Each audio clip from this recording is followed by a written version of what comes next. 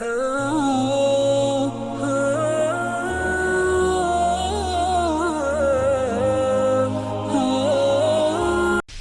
نے تمہیں پیسے دیے ہیں، نئی گاڑی تم نے خریدی ہے، چھوٹے بچے کا جوتا کیوں باندھ دیا آگے تم نے؟ جوتا باندھنے سے اگر یہ ایکسیڈنٹ سے، حادثے سے گاڑی بچ سکتی ہوتی ہے تو پھر پاکستان کے جتنے پی آئی اے کے جہاز ہیں سب پر باندھ دینا چاہیے، سب پہ جوتے لٹکے ہوئے ہوں۔ عجیب تم نے فلسفہ تراشا، کسی نے جو ہے وہ کالی رنگ کی پٹی باندھ دی نیچے، جس سے اس کو نظر نہیں لگے گی۔ گھوڑے کے پاؤں کے نیچے جو کھری لگی ہوئی ہوتی ہے، کچھ لوگوں نے اپنے گھروں میں وہ باندھی ہوئی ہوتی ہے کہ اس سے ہمارے گھر کے اندر کوئی مصیبت نہیں آئے گی، کوئی تکلیف نہیں آئے گی۔ کسی نے ہنڈیا اپنے گھر کے اوپر الٹی رکھی ہوئی ہوتی ہے، یہ ہنڈیا بچا لے گی، اور میاں ہنڈیا کیا بچائے گی تجھے؟ اللہ کے قہر سے کچھ نہیں بچا سکتا۔ جب تمہارے اوپر کوئی مصیبت نازل ہونی ہے تو کچھ نہیں بچا سکتا۔ اگر بچنا چاہتے ہو تو پھر اللہ سے استغفار کرو، اللہ تعالیٰ کی تسبیح کرو، اللہ کی تحلیل کرو، میرے حضور پہ درود پڑھو، پھر دیکھنا کہ مصیبتیں ٹلتی ہیں یا نہیں ٹلتی۔ تو یہ خام خواہ کے رکیے، اور یہ عامل لوگ جو ہیں ان کا تو کام ہی یہی ہے، ان کا کام چلتا ہے لوگ ذوف الاعتقادی میں مبتلا رہے ہیں، اور یہ کہہ دیتے ہیں کہ آپ کے خاندان میں ایک منحوس عورت ہے، یہ اس کا کیا ہوا ہے، تو کوئی نہ کوئی منحوس تو پہلے ہی انہوں نے طے کر رکھی ہوتی ہے، فوراً ذہن وہاں جا کلک ہو جاتا ہے۔ اس کا نون سے نام شروع ہوتا ہے، اس کا کاف سے نام شروع ہوتا ہے، اس کا جیم سے نام شروع ہوتا ہے، تو پورے خاندان میں کسی کا نام کاف، نون یا جیم سے تو شروع ہوتا ہی ہوگا، یا دوستوں میں، تو فوراً ذہن جو ہے ادھر منتقل ہو گیا۔ اب یہ بابا جی نے بتا دیا ہے، ہاں ہاں ہاں اس نے یہ بات کی تھی، کچھ باتیں یاد آنے لگی، اس کاف سے شروع ہونے والے نام کے ساتھ نفرت پیدا ہو گئی۔ اس بابے نے نفرت کا کاروبار کیا، اس نے تو 100 روپے 200 روپے لے لیے، لیکن دو انسانوں کے اندر نفرت ڈال دی۔ اس کا گریبان کل قیامت کے دن پکڑا جائے گا۔ ان ملنگوں کے پاس، ان ذوف الاعتقادی کو پھیلانے والوں کے پاس کبھی نہ جاؤ۔ تمہیں مصیبت پڑی ہے، تمہیں لگ رہا ہے کہ شاید میرے اوپر جادو ہے، تو پڑھو نا سورہ بقرہ، جادو جڑ سے اکھڑ جائے گا۔ 40 دن اپنے گھر میں سورہ بقرہ پڑھو، برکت ہوگی۔ کہتے ہیں مولوی صاحب 40 دن تو نہیں پڑھی جا سکتی، 2.5 پارے، ہمیں کوئی تعویذ ہی کرتے ہیں، ہم شارٹ کٹ چاہتے ہیں نا، روزانہ صبح 2.5 پارے سورہ بقرہ پڑھے، یہ تو ہم سے نہیں پڑھی جائے گی، تو آپ کوئی تعویذ ہی لکھ دیں۔ کاروبار میں برکت نہیں، میں کہتا ہوں پڑھو نا سورہ واقعہ، 3 رکوع ہیں، برکت ہوگی۔ ہم کہتے ہیں ہمیں تعویذ ملنا چاہیے، بس وہ ہم گلے میں رکھ دیں، بٹوے میں رکھ لیں، پرس میں رکھ لیں، اور ہمارا کام ہو جائے، ہمیں کچھ بھی نہ پڑھنا پڑے، ہمیں وضو تک نہ کرنا پڑے، نماز نہ پڑھنی پڑے، اور برکت ہو جائے۔ ایسے برکت تو نہیں آتی۔ اس لیے چھوڑو ان کی جان، آؤ قرآن مجید پہ آؤ، آؤ سجدوں پہ آؤ، آؤ دعاؤں پہ آؤ۔ سحری کے وقت اس کی رحمتیں آواز دے رہی ہوتی ہیں، حل من مسترزقن، ہے کوئی رزق مانگنے والا، اور تم اس وقت سوئے ہوئے ہو، سارے دن ٹھوکریں کھاتے ہو۔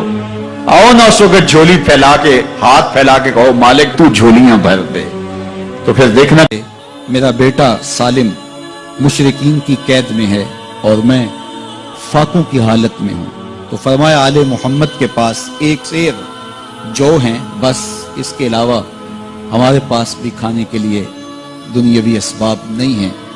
کہا صبر کرو اور اللہ سے ڈرو، اور لا حول ولا قوت الا باللہ کثرت کے ساتھ پڑھو۔ یہ ایسا وظیفہ ہے، ایک حدیث پاک میں آتا ہے کہ یہ 99 بیماریوں کا علاج ہے، اس میں سب سے کم درجے کی بیماری ہم اور غم ہے، یہ دکھوں کا مداوع ہے، مشکلات کا علاج ہے، اور یہ وظیفہ میرے حضور نے بتایا۔ حضرت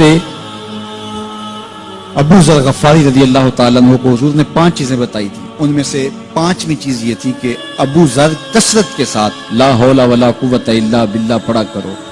فرمایا عرش الہی کے نیچے ایک خاص خزانہ ہے، یہ وظیفہ وہاں سے آیا ہے، یہ زندگی میں معمول بنا لو، جب پھنس جاؤ، مشکلات میں آ جاؤ تو لا حول ولا قوت الا باللہ پڑھو، اللہ راستے کھولے گا۔ تو حضور نے 3 چیزیں فرمائی، اللہ سے ڈرو، صبر کرو، اور کثرت کے ساتھ لا حول ولا قوت الا باللہ پڑھو۔ وہ فرماتے ہیں کہ میں یہ عمل شروع کیا، ابھی گھر میں بیٹھا ہی تھا کہ دروازے پہ دستک ہوئی، تو میں اٹھا کہ دروازہ کھولوں دیکھوں کہ کون ہے، تو دروازہ کھولا، دیکھا میرا بیٹا کھڑا ہے، اور اس کے پیچھے 100 اونٹ کھڑے ہیں. تو میں نے کہا کہ تم اور یہ اونٹ؟ کہا مجھے موقع لگ گیا، میں ان کی قید سے بھاگ آیا. وَيَرْزُقْهُ مِنْ حَيْثُ لَا يَحْتَسِبُ، وہ تمہیں وہاں سے رزق دے گا جہاں سے تمہیں گمان بھی نہیں. اس کے ہو کے تو دیکھو. اللہ اکبر. اللہ کے ہو جاؤ تو پھر وہ تمہاری ضرورتوں کا کفیل ہو جائے. فرمایا حضرت عبداللہ ابن مسعود رضی اللہ تعالیٰ عنہ نے کہ کسی شخص کو فقر و فاقہ آ جائے تو وہ لوگوں کو بتائے کہ میں آج کل بڑے مشکل حالات میں ہوں، ہر وقت لوگوں کو بتاتا رہے تو اس کی مشکل بڑھے گی، اس کی مشکلیں آسان نہیں ہوں گی اس طرح. اور اگر وہ اپنی اس مشکل کو کسی سے شیئر نہ کرے بلکہ مصلی بچھا کے اپنے رب سے کہے کہ مالک فقر و فاقہ آ گیا ہے اور اس کا علاج تیرے پاس ہے، اس مرض کا مداوع تیرے پاس ہے. حضرت عبداللہ ابن مسعود فرماتے ہیں کہ رسول کریم نے فرمایا جلد یا بدیر اللہ اس کو مالا مال فرما دے. یہ بھی کبھی کر کے دیکھو، مشکل آ جائے، فاقہ آ جائے. اور قرآن مجید کا دل سورہ یاسین ہے. جس نے ایک مرتبہ سورہ یاسین کی تلاوت کی اللہ 10 مرتبہ قرآن پڑھنے کا ثواب عطا کرے. اور کتنا بڑا اجر ہے. آپ ایک سال میں بھی شاید 10 قرآن مجید نہ ختم کر سکیں اور سورہ یاسین پڑھیں تو 10 مرتبہ قرآن مجید پڑھنے کا ثواب نصیب ہوگا. تو اپنی صبح کا آغاز سورہ یاسین سے کیا کریں. نماز فجر کے بعد اشراق تک سورہ یاسین پڑھ لیا کریں. سورہ یاسین اگر آپ پڑھ کے اپنے دن کا آغاز کرتے ہیں آپ کا سارا دن خیر سے گزرے گا. اس دن اگر کاروبار کریں گے تو برکت ہوگی. اس دن بہت ساری بیماریوں سے، آفات و بلیات ارضیہ اور سماویہ سے بچے رہیں گے، لوگوں کے شر سے، حادثات سے محفوظ رہیں گے. میرے حضور نے ارشاد فرمایا قرآن مجید میں ایک سورت ہے جس کی 30 آیات ہیں. اگر کوئی شخص اس کی تلاوت کرتا ہے تو وہ سورت پڑھنے والے کی شفاعت کرتی ہے اور اتنی بار شفاعت کرتی ہے کہ اس کو بخشوا کے چھوڑتی ہے. وہ سورت کون سی ہے؟ وَهِيَ تَبَارَكَ الَّذِي بِيَدِهِ الْمُلْكُ. یہ سورۃ الملک ہے. 30 آیتیں ہیں. جو شخص اس کی تلاوت کرے یہ اتنی بار سفارش اللہ کی بارگاہ میں کرتی ہے کہ اپنے پڑھنے والے کو بخشوا کے چھوڑتی ہے. تو اپنے دن کا آغاز سورہ یاسین سے کریں اور اپنی شب کا آغاز سورہ ملک سے کریں. سونے سے پہلے سورہ ملک کی تلاوت ضرور کر لیں. انشاءاللہ اس سے رات برکت سے گزرے گی. جس نے ایک دن میں 100 مرتبہ سبحان اللہ و بحمدہ پڑھا. کتنی مرتبہ؟ 100 مرتبہ. کیا پڑھا؟ سبحان اللہ و بحمدہ. فرمایا کہ اس کے گناہ سمندر کی جھاگ کے برابر بھی ہوں تو اللہ معاف فرما دے گا. تو یہ اپنے وظائف میں شامل کر لیجئے سبحان اللہ و بحمدہ. اور حدیث بخاری ہے کہ 2 کلمے ایسے ہیں جو اللہ کو محبوب ہیں اور زبان پر مشکل نہیں، زبان پر بڑے آسان ہیں. اور جب میزان پہ رکھے جائیں گے تو پلڑے کو جھکا دیں گے، بڑے بھاری ہیں میزان پہ. وہ 2 کلمے یہی ہیں سبحان اللہ و بحمدہ سبحان اللہ العظیم. تو اگر اس کو 100 مرتبہ روزانہ پڑھے تو سمندر کی جھاگ کے برابر بھی گناہ ہو تو اللہ معاف فرما دیتا. اللہ فرماتا ہے ما یفعل اللہ بعذابکم. وہ تمہیں عذاب دے کے کیا کرے گا؟ ذرا لہجہ دیکھیے، ذرا انداز. ما یفعل اللہ بعذابکم. وہ تمہیں عذاب دے کے کیا کرے گا؟ تم اس کی مخلوق ہو، اپنے دستے قدرت سے اس نے تمہیں بنایا ہے، تو وہ تمہیں عذاب دے کے کیا کرے گا؟ اس کی ضرورت نہیں ہے کہ تمہیں عذاب دے، نہ اس کی چاہت ہے کہ تمہیں عذاب دے. کوئی خود چھلانگے لگائے تو اس کی مرضی.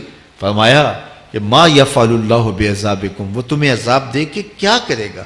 ان شکرتم و آمنتم. اگر تم شکر ادا کرو اور ایمان لاؤ تو وہ تو قدردان ہے جو کوئی اس کا شکر کرتا ہے اور جو اس پر ایمان لاتا ہے.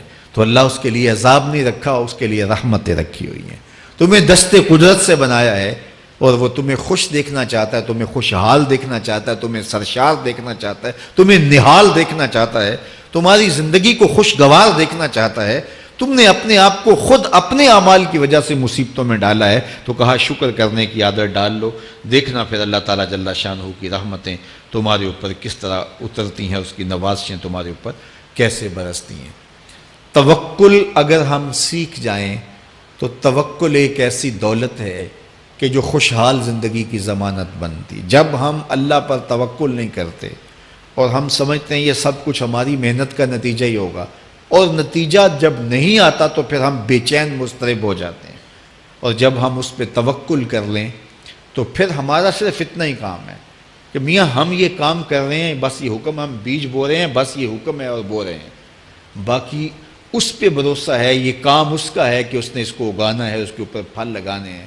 تو جب اس پہ توکل ہو جائے تو بندہ سوکھا رہتا ہے، ورنہ بندہ مشکل میں مبتلا ہو جاتا ہے۔ بسا اوقات ایسا ہوتا ہے کہ بندہ ایک منصوبہ تیار کرتا ہے، اس کا عملی نتیجہ اس کو سامنے نظر آ رہا ہوتا ہے، لیکن نتیجہ بالکل الٹ جاتا ہے۔ سید علی المرتضیٰ فرماتے ہیں میں نے اپنے ارادوں کی شکست سے ہی اپنے رب کو پہچانا ہے، کہ میں ایک منصوبہ تراشتا ہوں کہ یہ اور یوں ہوگا اور وہ ہونا چاہیے، لیکن نتیجہ وہ نہیں آتا، تو کوئی طاقت ہے اس کا جو نتیجہ بدل دیتی ہے۔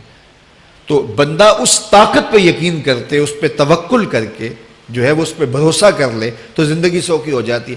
مغرب میں جو اللہ پر یقین نہیں رکھتے وہ خودکشی کر لیتے ہیں کہ یہ کیوں ہو گیا، ایسا نہیں ہونا چاہیے تھا، لیکن ہم خودکشی اس لیے نہیں کرتے، ہم کہتے ہیں میرا رب جس طرح چاہے اس طرح ہی ہوتا ہے، جو اس نے طے کیا ہوا ہے وہ کر کے رہتا ہے، اس لیے تم اس پہ توکل کر لو اور اس پہ بھروسہ کرو۔ حضور علیہ الصلوۃ والسلام نے فرمایا لو انکم توکلون علی اللہ حق توکلہ، اللہ پر توکل کرنے کا جو حق ہے اگر تم وہ ادا کر دے تو فرمایا اللہ تمہیں ایسے رزق عطا کرے جیسے پرندوں کو عطا کرتا ہے۔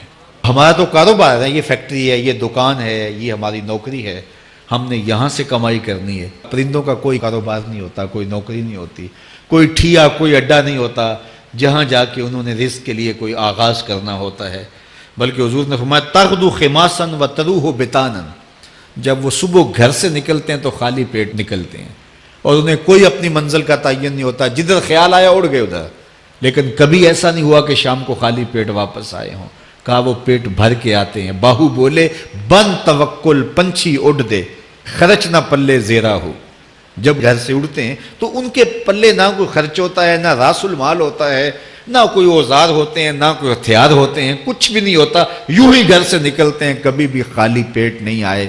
فرمایا اگر اللہ پہ پرندے توکل کر لیں تو اللہ اسے بھی عطا کرتا ہے، تم توکل کرو گے تو تمہیں عطا نہیں کرے گا۔